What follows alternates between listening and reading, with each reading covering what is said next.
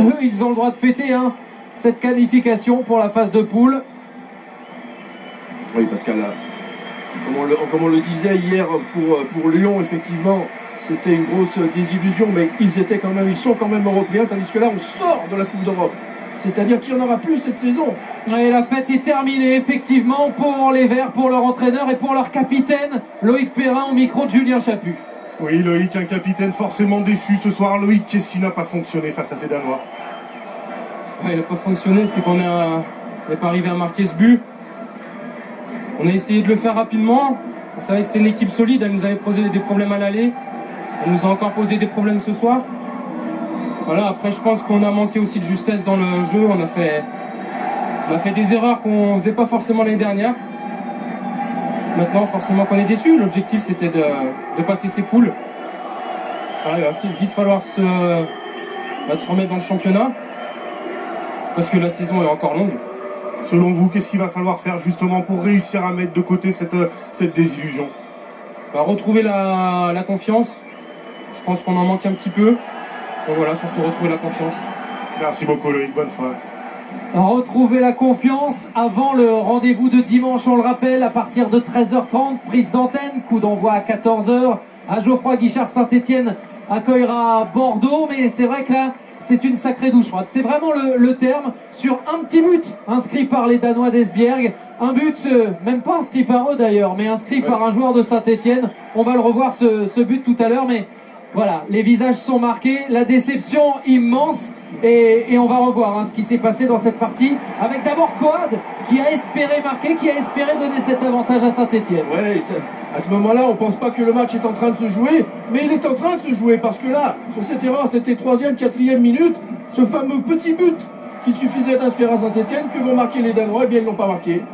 Et malheureusement pour lui, c'est Moustapha Bayalsal qui est très malheureux sur ce coup-là, but contre son camp, le sourire est de l'autre côté, la joie bleue et blanche. Esbjerg en phase de poule de la Ligue Europa. Qui l'eût cru? Sans doute pas les Stéphanois eux-mêmes au moment du tirage.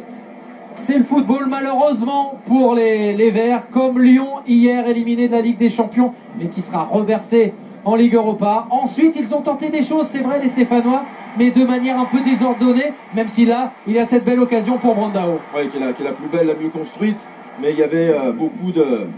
Quand même, il y a eu une bonne douzaine de bonnes minutes de réaction.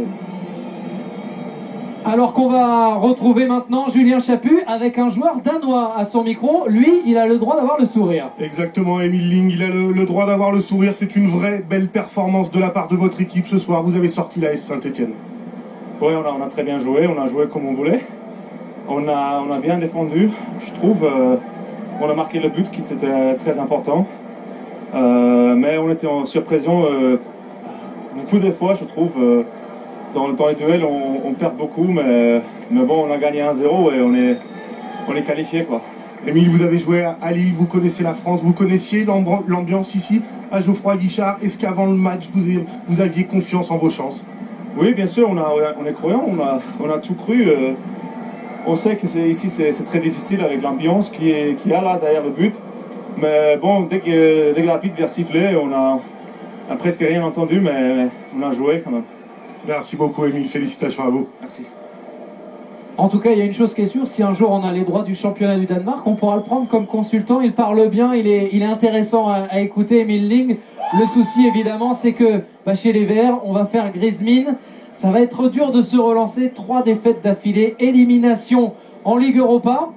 Ça ne nous empêchera pas évidemment de suivre demain le tirage au sort de cette Ligue Europa. Tirage au sort à suivre à partir de 13h en direct sur beIN Sport 1.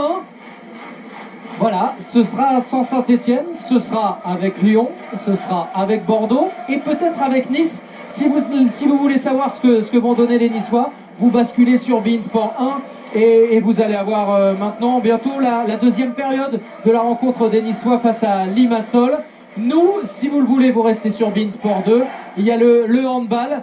Mais c'est vrai que c'est une soirée qui se termine mal pour les Verts. Décevant.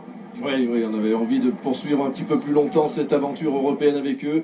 On l'a dit, c'est un stade qui s'y prête et effectivement, surtout, je pense qu'il y avait quand même largement la place.